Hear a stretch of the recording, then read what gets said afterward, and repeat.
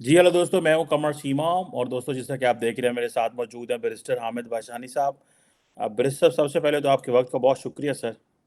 آپ کا شکریہ جناب، تھینک یو۔ بیرسٹر صاحب، پاکستان کے وزیر اعظم نے ایک نیشنل آسٹیرٹی کمیٹی جو ہے وہ بنائی تھی، اور اس نے بیسیکلی ریکمنڈیشنز کچھ کی ہیں کہ بیسیکلی پاکستان کے، کیونکہ آئی ایم ایف کے ہمارے کچھ سابق فائنانس منسٹرز کے مطابق دن نہیں گھنٹے کچھ پاکستان کے پاس رہ گئے ہیں for getting default one thing. یہ جو نیشنل آسٹیرٹی کمیٹی ہے، اس نے ریکمینڈ کیا ہے کہ جو پاکستانی ایمبیسیز ہیں ابراڈ، ان کا 15% خرچہ کم کیا جائے، اور یہ جو پاکستانی ایمبیسیز باہر ہیں ان کے افسروں کا خرچہ کم کیا جائے، اور یہ جو سٹاف پوسٹڈ ہے ان کے لیے جو ہے ان کا خرچہ کم کیا جائے۔ اور یہ انہوں نے پاکستان کے فارن آفس کو، بلاول بھٹو زرداری کو، یہ کہا ہے کہ 2 ہفتے کے اندر اندر یہ ہمیں پلان کر کے دیں۔ میرے صاحب، آپ کیا سمجھتے ہیں کہ یہ کرنے سے پاکستان کی خارجہ پالیسی کو کچھ نقصان پہنچ سکتا ہے، یا کہ آپ سمجھتے ہیں ڈپلومیٹس ڈی مورلائز ہو سکتے ہیں، ریزن نوئنگ کہ پہلے ہی پولیٹیکل انسرٹینٹی، اکنامک حالات ٹھیک نہیں ہے، خرچے اور کم کر دیں گے تو ظاہری بات ہے یہ سٹوری دیٹ میکس گلوبل ہیڈ لائنز بنائے گی یہ تو how do you see this, how do you see an impact on Pakistan foreign policy, اور جو ڈپلومیٹک سٹاف ہے ہمارا اس پہ جو سائیکولوجیکل امپیکٹ کیا پڑ سکتا ہے اس کا؟ دیکھیں جی، اگر یہ گلوبل ہیڈ لائن بنائے گی تو یہ پازیٹیو ہیڈ لائن بنائے گی، یہ میں آپ کو بتا دوں۔ چونکہ پاکستان کی جو خارجہ پالیسی ہے وہ ڈائناسور کے زمانے کی ہے، اور وہ پالیسی جن لوگوں نے بنائی تھی وہ کب کے جو ہے وہ کچھ اس دنیا میں نہیں رہے، کچھ ریٹائرڈ ہو کے بیٹھ کے۔ یہ پالیسی جو ہے نا، یہ جدید دنیا کی جو ریئلٹیز ہیں ان کے ساتھ میچ نہیں کرتی۔ جس سکیل پہ آپ نے اپنی وزارت خارجہ بنائی ہے نا، وہ امریکہ، برطانیہ، روس، فرانس، ان ملکوں کے مقابلے کی ہے۔ انڈیا کا نام بھی میں نے نہیں لیا، ممکن ہے وہ اس مد میں، اس مقابلے میں بھی نہ آتا ہو۔ یہ آپ نے اپنے آپ کو اوور سٹریچ کیا اس زمانے میں جب یہ پالیسیاں ان لوگوں کے ہاتھوں میں تھی جن کا خیال یہ تھا کہ ہم دنیا کی سپر پاور بن رہے ہیں، اور ہم دنیا کی اسلامک سپر پاور بن رہے ہیں، چونکہ ہمارے پاس اسلامک بم تو آلریڈی ہے، ہونے والا ہے۔ اس وقت جب یہ پالیسی بنا رہے تھے تو وہ اس کے پہ کام کر رہے تھے کہ ہونے والا ہے۔ اور ہمارا ایک ماضی ہے کہ ماضی میں ہم ایک سپر پاور تھے، اور ان کی مراد جو ہے وہ اسلامی سلطنتوں سے تھی، وہ سلطنت عثمانیہ ہو یا اس سے پہلے اور بعد کی سلطنتیں، وہ ان کو اپنا اس کا وارث سمجھتے تھے۔ یعنی ایسے سٹریچ کر کے تو انہوں نے ایک سلسلہ جو ہے وہ شروع کیا تھا۔ یہ آپ کسی بھی ملک کو دیکھ لیں، ملک جو ہے نا وہ کانسلیٹ کھولتے ہیں۔ اب عام آدمی کے لیے جو ایمبیسی اور کانسلیٹ میں فرق ہوتا ہے، آپ نے اپنی قوم کو بتایا کہ ہم جی دنیا میں تجارت کرنے یا تجارت کے مواقع تلاش کرنے کے لیے ہم نے جو ہے یہ کانسل خانے اور یہ ایمبیسیاں جو ہیں وہ کھولی ہوئی ہیں۔ حقیقت یہ ہے کہ آپ کی دنیا میں لوسٹ آف دا لوسٹ جو تجارت ہے وہ آپ کی دنیا کے ساتھ ہو رہی ہے۔ فار ایگزامپل ایکسپورٹ آپ دیکھ لیں کہ سوائے ایک دو چیزوں کے جو 60s اور 70s کے زمانے کی باتیں ہیں، اس کے علاوہ آپ نے کوئی چیز گزشتہ 15-20 سالوں میں نہ ایڈ کی اپنے ایکسپورٹ میں۔ اور نہ ایڈ نہ کرنے کی وجہ ایک تو یہ ہے کہ چیزیں بنتی ہی نہیں، اگر بن بھی رہی ہیں تو آپ منڈی تلاش نہیں کر سکے جو ٹریڈ ہے۔ تو یہ کانسلیٹ جو ہوتے ہیں ان کا ایکسکلوسیو کام، ان کا کام ڈپلومیسی نہیں ہے۔ آپ امریکہ کی یا برطانیہ کی یا کسی سوویت یونین کی جو پہلے تھی وہ دیکھ لیں تو ٹریڈ ایک اسپیسیفک پرپز کے لیے جو ہے وہ ٹریڈ کے لیے جو ہے وہ کانسلیٹ کھولے جاتے ہیں۔ ایمبیسی کا جو مقصد ہوتا ہے وہ ہے ڈپلومیٹک، جو آپ کی پالیسیز ہیں، جو آپ کے کمپینز ہیں۔ اب یہ جو ایمبیسیز تھی یہ بیسیکلی ان کی جو ایکسکلوسیو قسم کی کمپین تھی وہ تھی کشمیر ایشو پہ۔ اب کشمیر ایشو پہ 5 اگست 2019 کے بعد ان کو سانپ سونگ گیا ہے۔ آپ مجھے ایک ایونٹ بتا دیں جو کسی ایمبیسی نے ایکسکلوسیولی کشمیر ایشو پہ آرگنائز کیا ہو۔ پہلے ہر تیسرے دن ان کا ایک سیمینار ہوتا تھا، اور کوئی نہ کوئی جو ہے وہ ڈاکومنٹ، کوئی نہ کوئی پریس کانفرنس، کوئی نہ کوئی ایکٹیویٹی ہوتی تھی جس پہ ایک پورا سلسلہ تھا. تو بنیادی طور پہ میں سمجھتا ہوں کہ انہوں نے تسلیم کر لیا ہے کہ کشمیر ایشو پہ اب ہم کوئی فردر جو ہے ڈپلومیسی نہیں کر سکتے سوائے یو این کے اندر.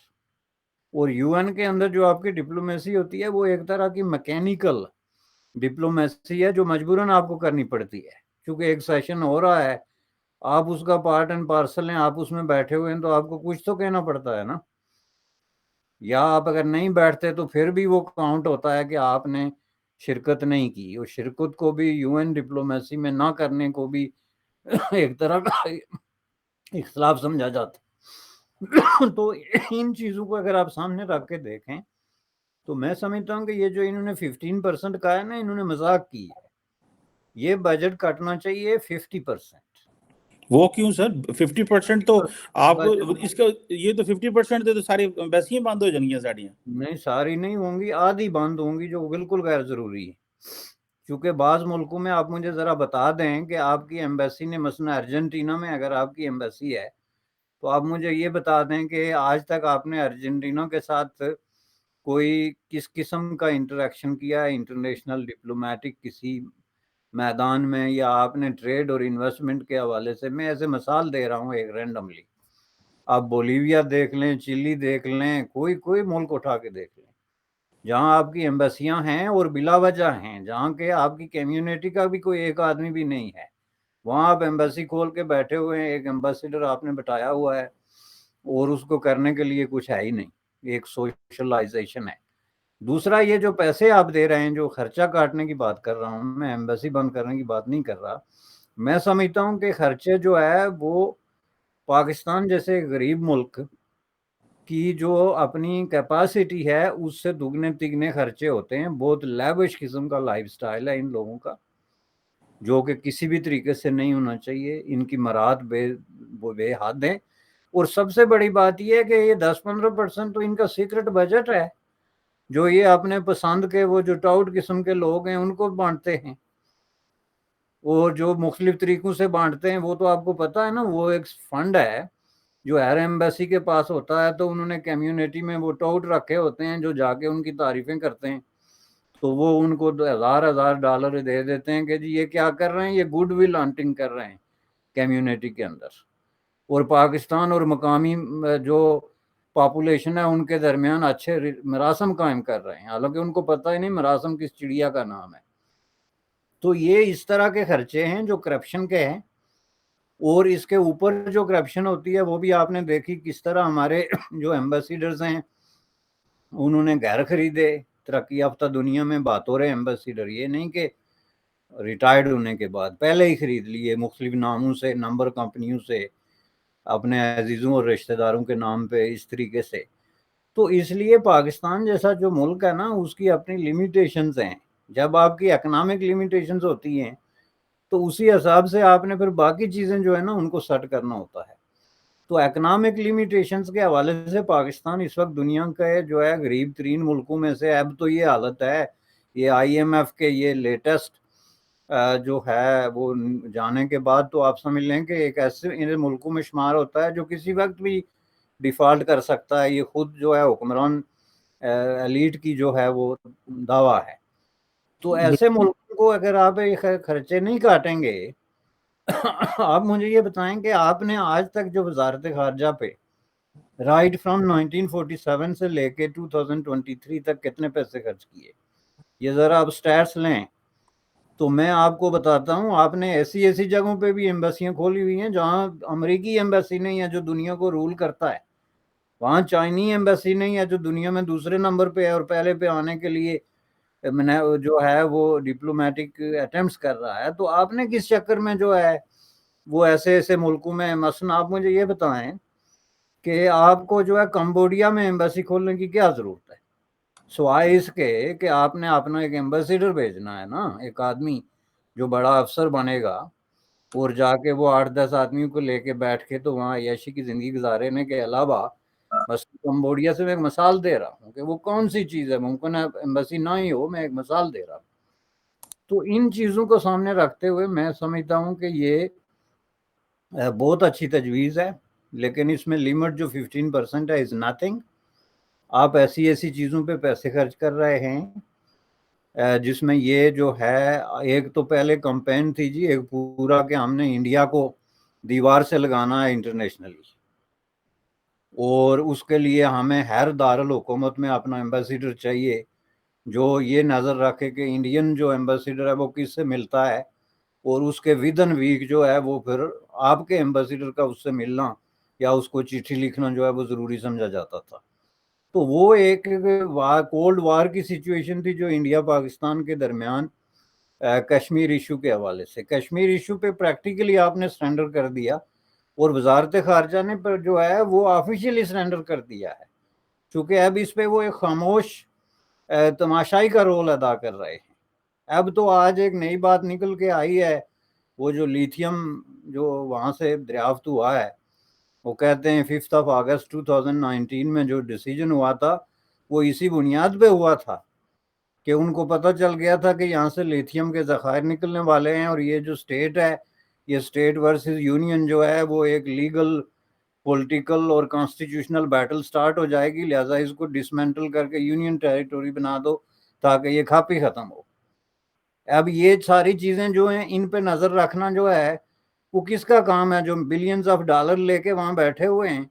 آفیشل عہدے لے کے، یا یہاں یہ لے مین جا کے اس طرح کی چیزوں پہ لیگ ورک کر کے آپ کو آپ کے بتائے گا کہ 5 اگست کا جو ایونٹ ہوا ہے اس کے پیچھے ہاتھ کس کا ہے۔ تو یہ چیزیں جو ہیں وہ سامنے رکھتے ہوئے میں سمجھتا ہوں کہ چونکہ اب یہ انڈیا اسپیسیفک آپ کی کہانی ختم ہو جانی چاہیے، ختم ہو گئی ہے، اس لیے کہ آج as we speak I M F جو ہے وہ پاکستان کو جواب دے کے تو ان کا وفد واپس چلا گیا ہے، یہ کہتے ہوئے کہ جی ہم نہیں کر سکتے، یہ کمیونیکیشن ویڈیو پہ رہے گی، تو اس کے بعد اگلی بات ہوگی۔ اس وقت جب ہم بات کر رہے ہیں تو کہتے ہیں جی 3 کچھ بلین ڈالر جو ہے آپ کے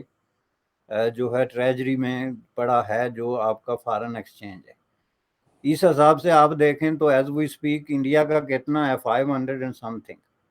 بلینز ڈالرز۔ تو اس حساب سے آپ اس طریقے سے اگر دیکھیں تو یہ ویسے بہت بڑا فرق پڑ گیا ہے۔ تو اب ایمبیسیاں جو ہیں وہ اگر پاکستان بند کرتا ہے، کچھ کو مرج کرتا ہے،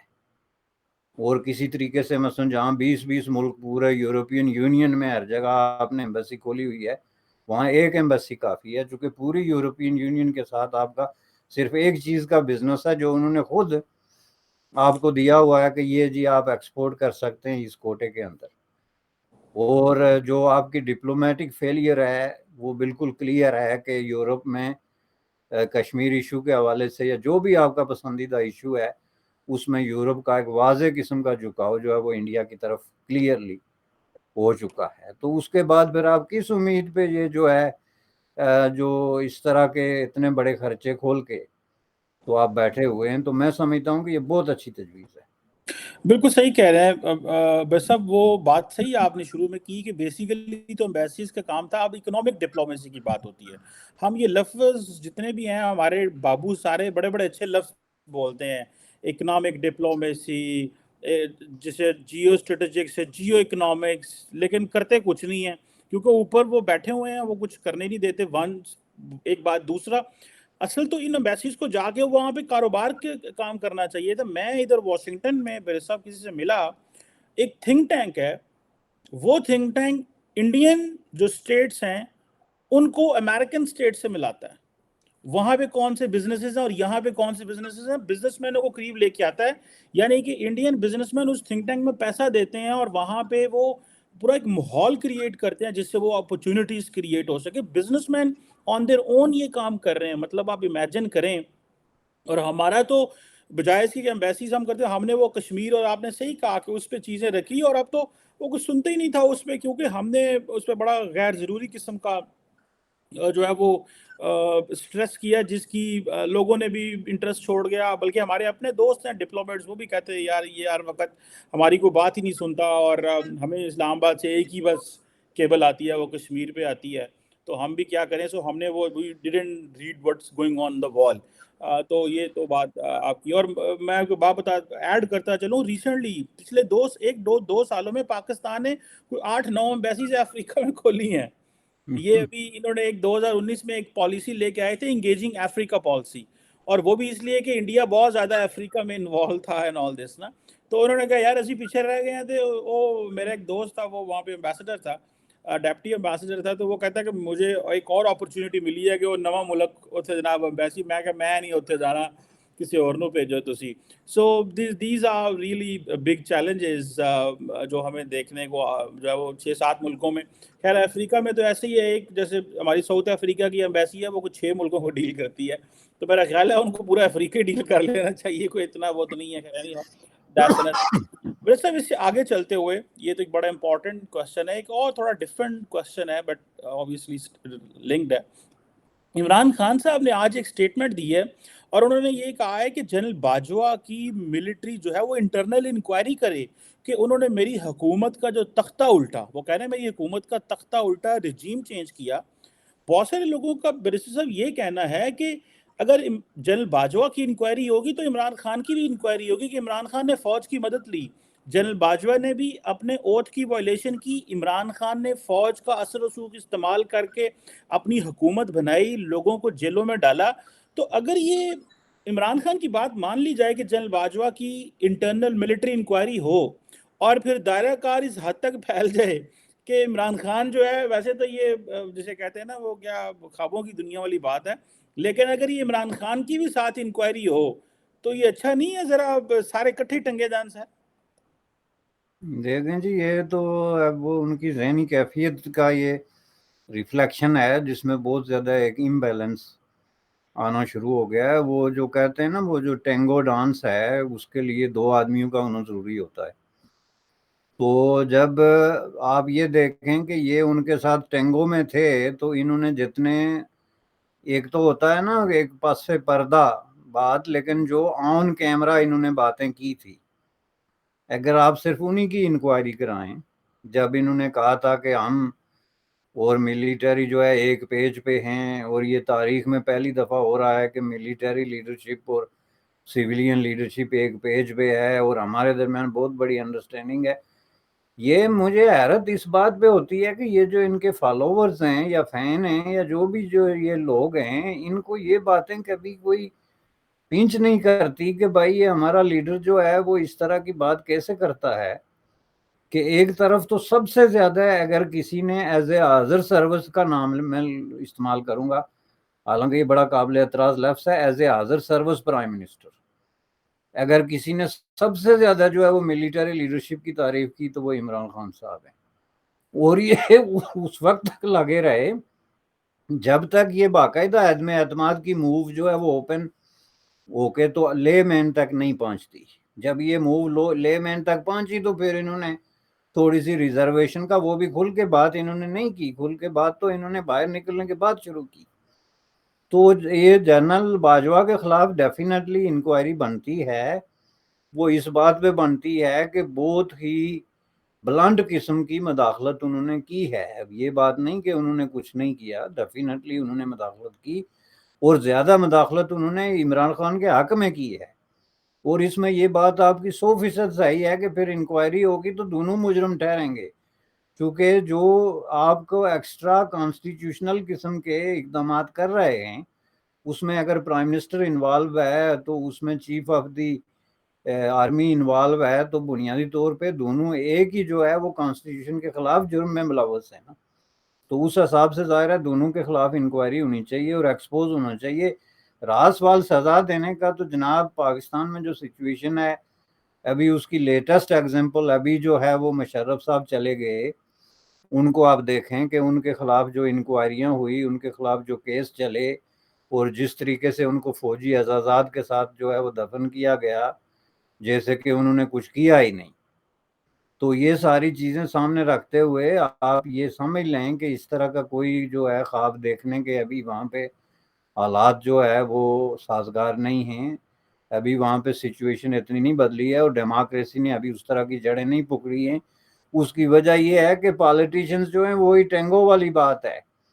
کہ وہ جو ہے ڈانس کرنا ہی جو ہے وہ ملیٹری باس کے ساتھ چاہتے ہیں. ان کے نزدیک ممبر آف پارلیمنٹ جو ہے از نتھنگ، ان کے نزدیک پارلیمنٹ از نتھنگ.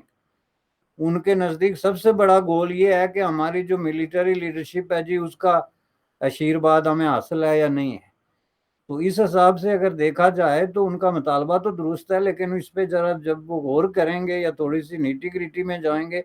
تو وہ خود ہی اس پہ بھی یو ٹرن لے لیں گے. بالکل صحیح کیا ہے آپ نے مرزا صاحب، یہ یو ٹرن لیں گے. اور دراصل وہ ہر وقت وہ کوئی نہ کوئی، کیونکہ عمران خان صاحب کو ایک چیز کا شوق ہے کہ وہ ہیڈ لائنز میں رہیں، اور ان کو ہیڈ لائنز میں رہنا آتا ہے as compare to other political parties جن کے اندر اتنی زیادہ وہ فیملی لمیٹڈ پارٹیاں ہونے کی وجہ سے اتنی زیادہ مداخلت ہے ٹاپ لیڈرشپ کی کہ وہ کوئی اور بندہ اس طرح بول بھی نہیں سکتا، پارٹی کے علاوہ لائن بھی نہیں دے سکتا. سو یہ عمران خان ہی ہے، ون مین پارٹی ہے، one man party in way in creating a narrative. باقی پھر ظاہری بات ہے کہ وہ پارٹیز کا نیریٹو تو نہیں ہوتا، یہ تو ویسے بھی ان کے منہ میں جو آتا ہے بول دیتے ہیں، بعد میں کہتے ہیں سوری سوری غلطی ہوگی سانو پتہ نہیں لگا. Any how thank you very much mister Hamid Bhashani صاحب، sir it's always thank you player جناب، thank you. Talking to you sir, بہت شکریہ سر.